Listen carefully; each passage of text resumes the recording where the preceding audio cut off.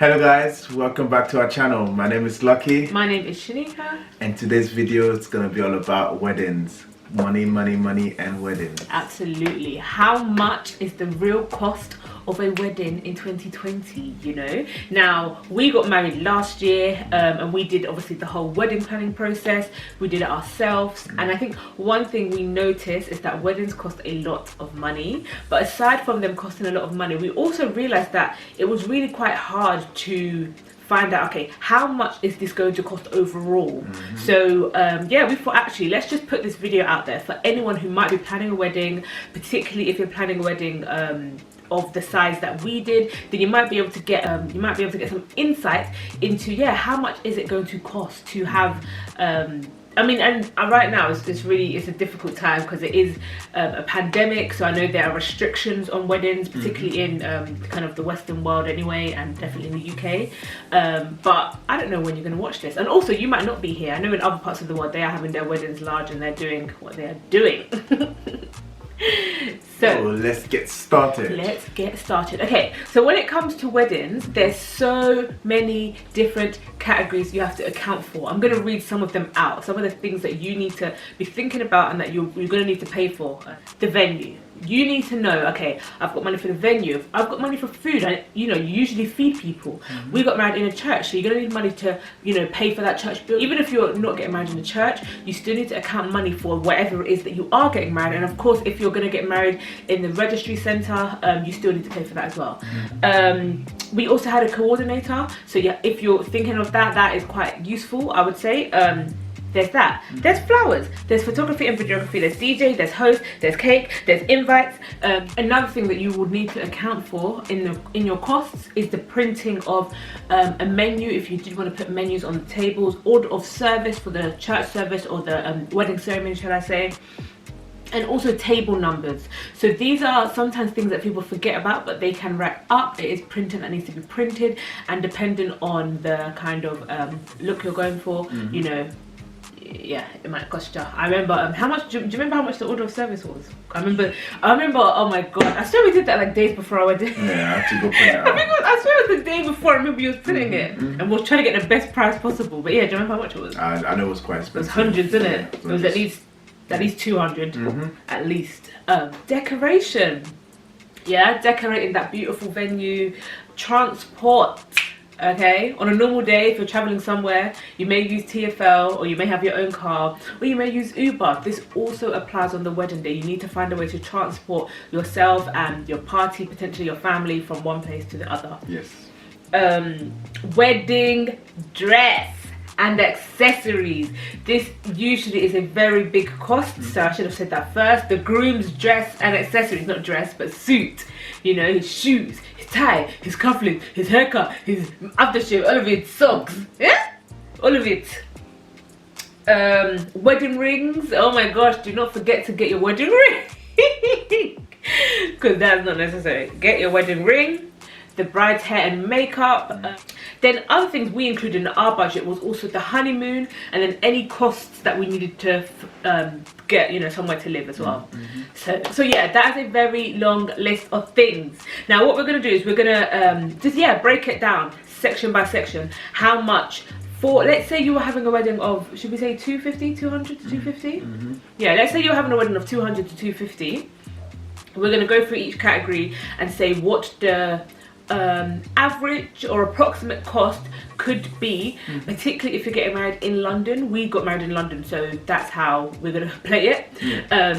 So yeah, let's do this. Let's go. I forgot to say, obviously we saved up to do this, because some people might be thinking, what, how can you afford a wedding that much? Anyway, the first category that we will be looking at when it comes to how much does a wedding cost is the venue. Oh yes. Now venue costs vary massively. Oh my goodness, like they vary so much, and it's going to be dependent on so many different things. Part of it would be dependent on the location, also just on like the standard of that venue, also on the capacity. So there's so many different things that can impact the price of the venue.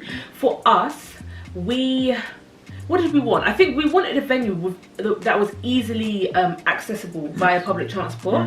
So I think maybe that actually contributes to the cost of our venue, because I feel like our venue wasn't that expensive. I've heard of venues that are a lot more expensive. Oh yes. We knew what was expensive, and and we had to look at what the venue actually included. So does it include chairs? Does it include food? Because some venue they do sell food as well, and we put all of those into account for deciding actually which one is value for money for us. Yeah, and also like the I guess the standard / quality of it. You know, like, for some of them, they can be so expensive, but they do not look the price that they should be. I think with our venue, like, so many people were like, oh my gosh, it was absolutely beautiful. Like, nice. I think it probably looked way more expensive than it was, in all honesty. And what was funny is because it was the location of it, if you see it from the outside, you would never think that something so wonderful could be behind those doors. I even remember when we went to view it, I said, before we stepped inside, I said to Lucky, by the way, we're not picking this venue. We didn't even get inside. I was like, we're not picking it. Because for me, I kind of wanted, I mean, it's difficult because we did get married in November. So it's kind of like, because I really wanted like the atmosphere to be beautiful as well. And the atmosphere as you're approaching that venue wasn't beautiful. But at the same time, it's like, it's November. No one's trying to be hanging around outside to look to take in the natural beauty sort of thing that I was looking for.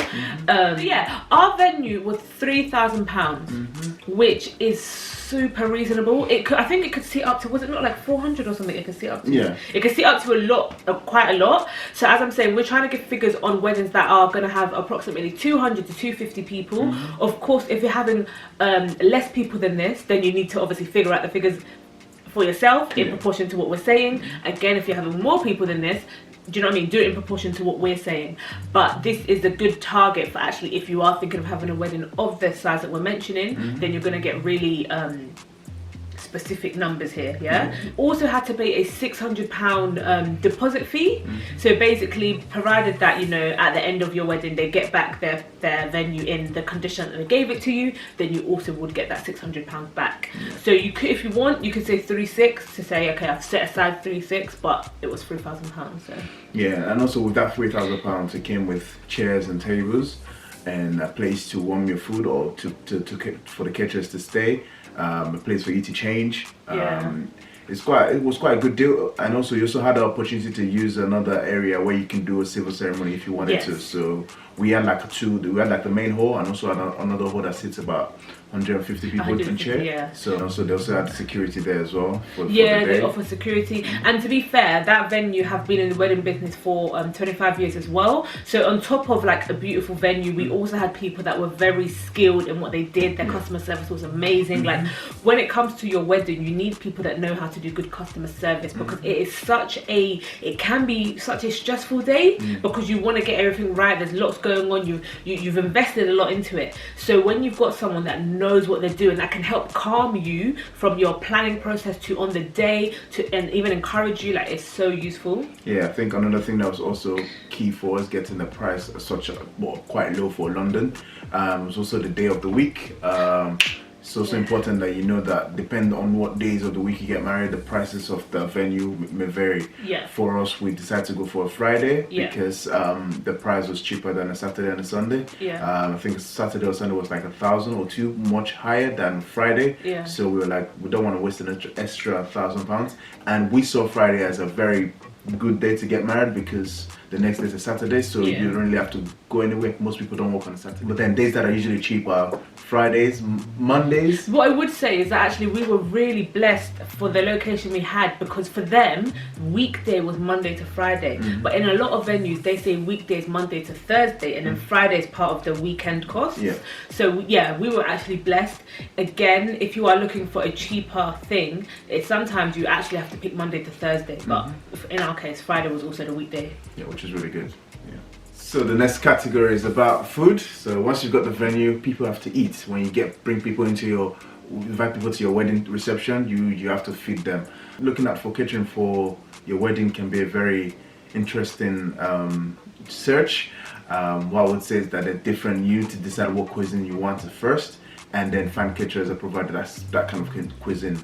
So for us, we wanted West African / Caribbean cuisine for our wedding, and so we had to look at the caterers that provided that. So in a way, that eliminated a lot of catering services because we were channeling towards African Caribbean cuisines.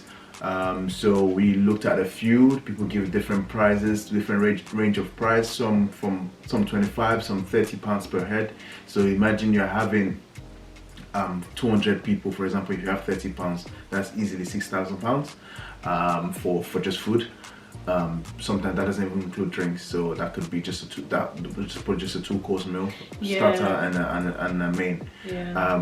For us, we wanted to reduce the cost as possible because given the fact that we were inviting a lot more people, so our idea was not to go more than I think £5,000 on food. So we had to start searching for caterers that will provide that, caterers that are good and that will provide that. And we were so blessed to find a caterer that was very good and were able to provide a great service to us on our wedding day. We're able to look for a price that goes within that range of about £5,000 or less than that. That's a big money fee if you think about it, paying £5,000 just to feed people for one day. But that's the cost of a wedding. You need to also think about this and account for this. And we were able to get something that was around £20 per head on average, and that in a way covered the food for us.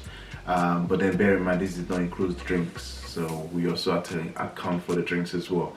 And then in budgeting for that, for us, one thing that really helped us was that we did not want alcohol in our wedding. We didn't want to pay for alcohol, so we did not account for alcohol in our drink cost. So we just looked at soft drinks that we can get.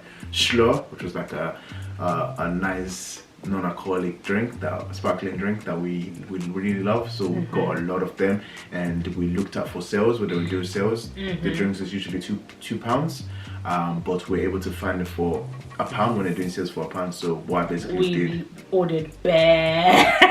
I remember one day I think we literally ordered 80 to the house, and it was just them carrying bottles after bottles. Like, bruv, you have to just do what you have to do, man. Literally, I had to count all of the information that we had, the right numbers, and I had so much flow in my house, and that was very. I wish if we can find the picture, I might put it on the screen. I remember you showed me the picture of them all on your beds.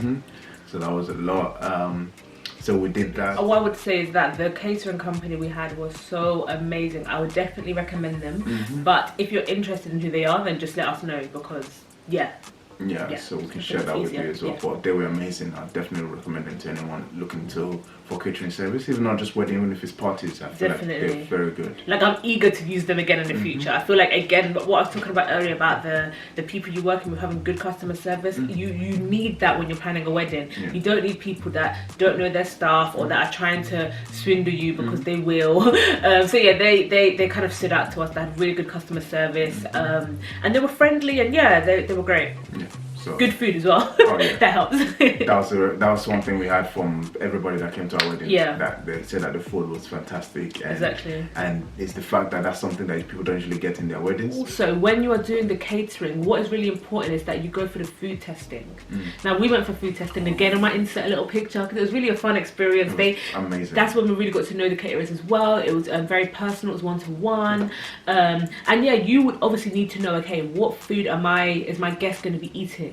Especially because the food that we wanted was from our background, so that means that our guests, a lot of them are going to be familiar with that food. So we don't want to come and giving them food they're thinking, who has made this? Do you understand? So we went for the food testing. I think it was £20 per person, and it's something you need to do. You don't want to not do it, and then on the day you don't like it. Do you know what I mean? So make sure you go for the food testing.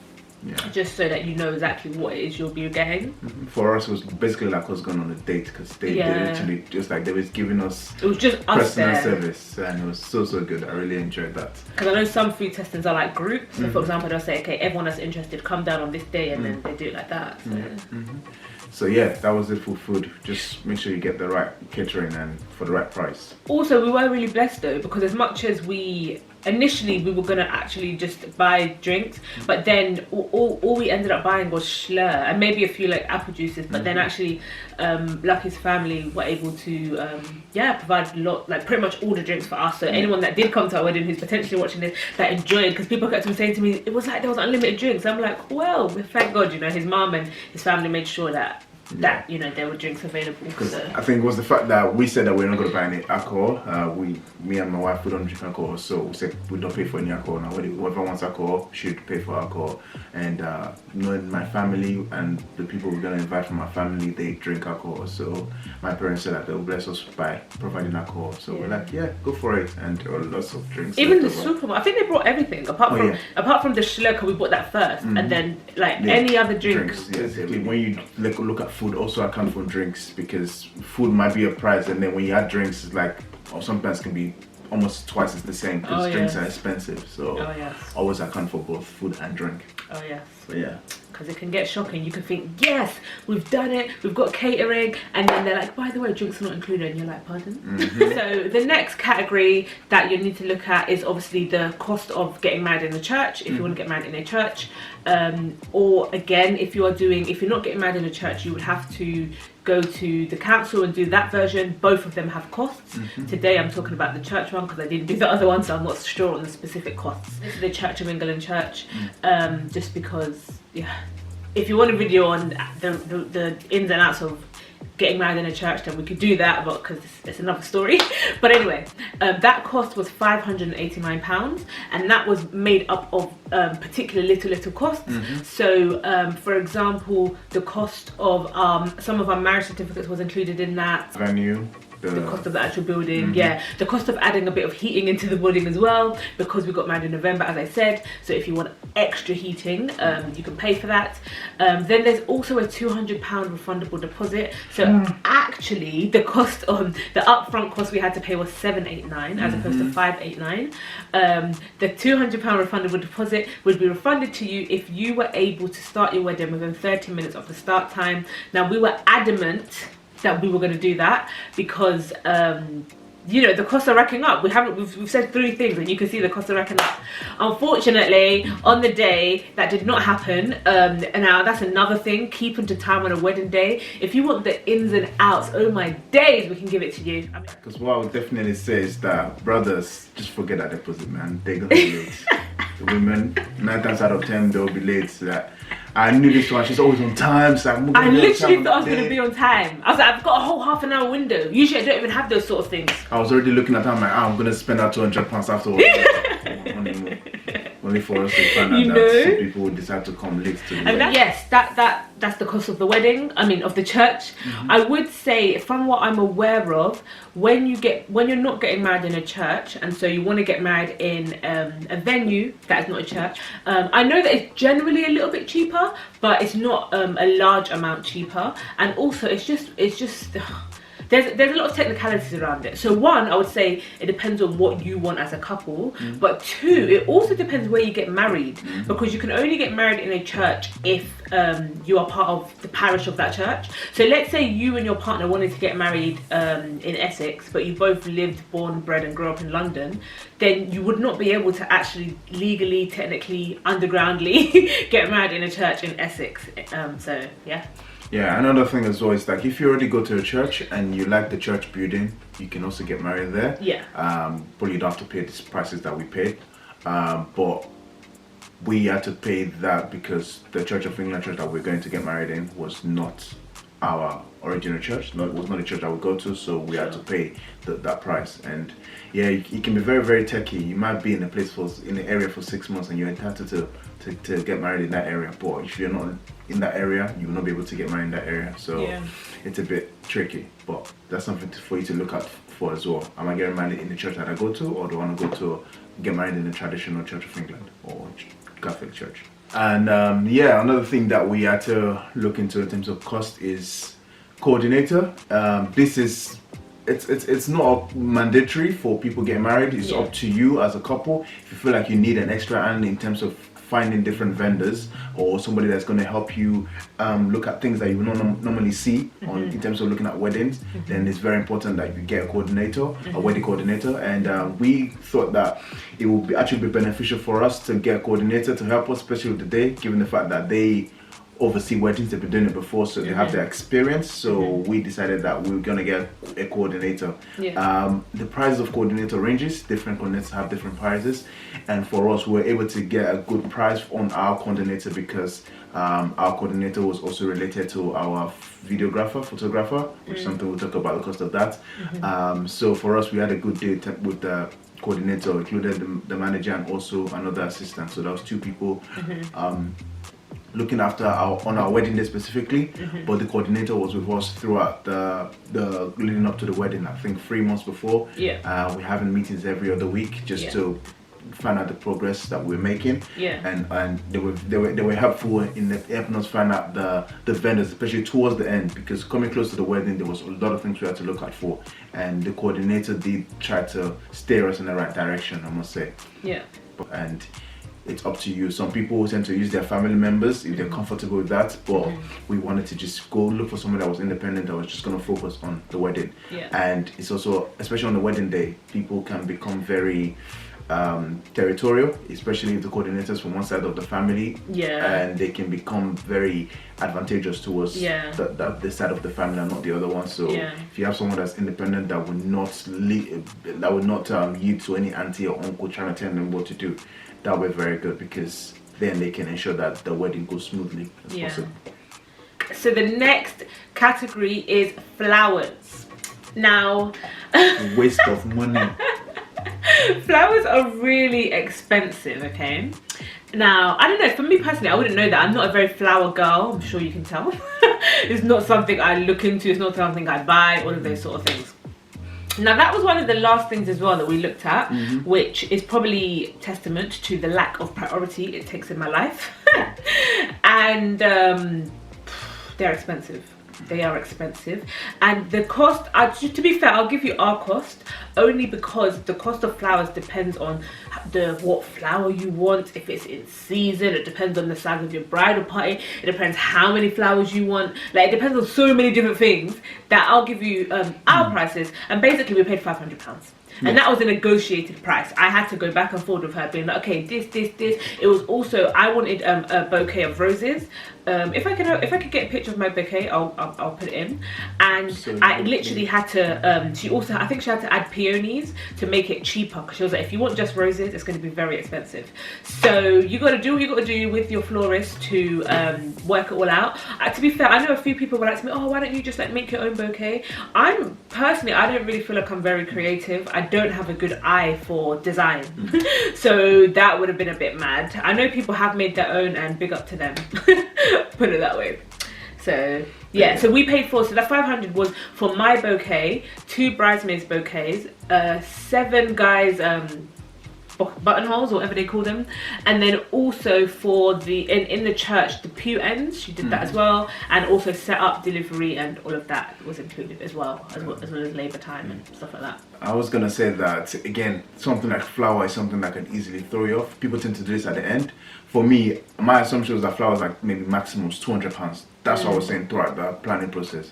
I was like, let's leave £200 for flowers, because how much flour do we need? Come on, anything. If anything, we go to the park and pluck some leaves and tie it together. We should have done that, because £500. And the maddest thing is, on that day, like, so she brought our flowers to us as well, which was beautiful on the morning, and I had mine. But on the day I was walking down the aisle, I tell no lie, I did not see one pew end, which I paid for. So it's like, I thought to myself, why did I go all out to pay for flowers when, do you know what I mean? But at the same time, I'm still appreciative of them, because they, especially for the bridesmaids dresses, it really, and my dress, it definitely adds to your outfit. I just think maybe in the church it's not as necessary, but at the same time, maybe, I think obviously the guests will notice them more than you. So basically we paid £500 for 2 hours worth of flowers. Yeah, and it's crazy because I actually would have loved to do the church up even nicer. Sometimes people have like these lovely pedal stools, and they have lots of things to make the church look beautiful. Basically, don't get it twisted, it's expensive. Yeah. Because if you went to my wedding, or if you didn't, or if you've ever seen pictures, you basically just understand that £500 was spent to make the church look the way it did and to give us flowers, and it was like you didn't get a lot basically. So you just need to be aware of what taste you want. You can pay to provide those flowers, or you can buy the flowers yourself and make what you want. If you have friends that are very helpful, that are very creative, they can potentially help you reduce the cost. But just be aware that it does cost a lot to pay for flowers. Definitely. Most of our vendors, we were very blessed. As I said, that was a negotiated price, and I think for us, I was very intentional about picking people who I actually liked. I don't know how to explain, but basically there are a lot of people who they offer a service but they're just rude, or they don't have customer service, and they don't know how to relate with customers. Like, it's almost as if they don't understand. No, it's almost as if they don't care that you have other things to pay for on your wedding, some of these vendors. So they don't have compassion when it comes to, oh, actually, is there anything we could do to change the prices? Oh, no, these are my set things, and this or nothing. Cool, it'll be nothing. Let me move on. Do you understand? You want people that appreciate your custom as much as you appreciate theirs, not people that act like you're just any annoyance. Can you imagine? So the next one is, after you've got the flowers and you've got the food and the church and everything, you need to capture the day. And for us, the next stage that we looked at for was videography and photography. For me, I was a bit scared about this because I've had from the past that this can be a very expensive part of the wedding planning or wedding costs. So we were quite, we're worried about what cost we're going to find out. And we spoke to a few people that we know just to find out the prices, and spoke to a lot. Prices were not very friendly. We're not friendly, should I say, just to say the least. We eventually found one that was we felt like was able to give us a deal that was more appealing to us. If I think back, I have to thank God. We were very blessed again, because this the person we booked did videography and photography. Now, before him, we didn't actually find anyone that did both. So you're looking at two separate costs, two separate vendors. They have to work together, and obviously if you're doing it separately and independently, then it's harder to actually get a deal. You have to just pay for it separately. So yeah, we were able to get someone that was skilled in both. And so he was able to provide everything. He does different packages, and at that moment he said he was doing a promo, so I think it was like £1,000 off the usual price of what we wanted. Most wedding vendors will ask you, and this is quite an annoying question, but before you get to the nitty-gritty of the cost, they will say, what's your budget? Please, you better use your brain at this point, because if you do not, they will come and take you down there where you want to be down here. Okay, so he asked what's my budget, and because I knew that we didn't want to spend over a certain amount, I even lowered the budget. Do you understand? And that's when we now started to negotiate. So to be honest, we did get a lot for our money. The deal we had included the videography for the day, photography for the day, pre-wedding shoots, and then providing the video footage and the photo album. So it was quite a good deal for the price that we had. So what I would say is that with certain things, when it comes to weddings, a number of different things will affect the cost. The season that you're getting married in, how many photographers, videographers, etc. that you do want. Also, how long are they with you for? So some videographers and photographers will give you 8 hours, some will give you 12, some will give you 11, etc. So this is actually an area where it is actually quite hard to give you an average cost. But if there is anyone that is getting married, and again, you just want to contact us for that, then maybe we can give that, because then that would be easier based on if you know what we had and what you want. But if we're giving you ours and you're looking for something completely different, then that would change the price. But also, it sometimes depends on the length of experience of your photographer. So some of them, based on the length of experience, even though they give you such a basic package, they're charging you really expensive. So you have to take that into consideration as well. So last one that we're going to speak about in this part of the video is your DJ cost. So obviously a big part of the wedding for a lot of people is just getting to enjoy, getting to party, getting to dance, getting to listen to music. That DJ needs to make sure your wedding is live from beginning to end. Yeah, because he is the one that's building that atmosphere, well, alongside the host, but yeah, he's building the atmosphere, he's bringing the vibes. So yeah, to be fair, yeah, we paid, I think we paid about £400 or so, which I was completely happy with. He also actually brought extra speakers to the wedding. He did an amazing job. Yes. He's been DJing for a long time, so I was confident in his ability. And also what I did love is that actually he's a DJ that a lot of the people in our wedding haven't experienced before. I know what can happen sometimes is that people go for the same DJs, and that's good because maybe you liked them, but you're gonna get a similar vibe at the weddings that you attend, in all honesty. And also I know some DJs are so expensive. Like, maybe they're just used to doing weddings, and anything that comes with wedding will come with an extra tax. Okay, yes. That is the end of this part of the video. Thanks for watching. I hope you found it useful.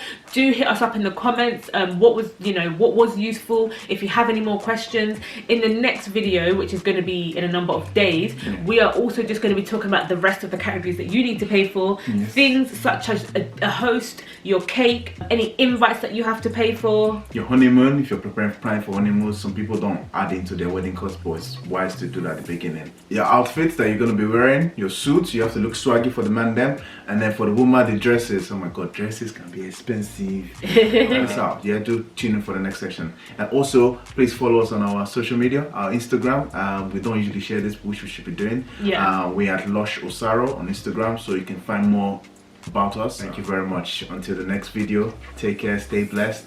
Bye-bye. Bye. Bye.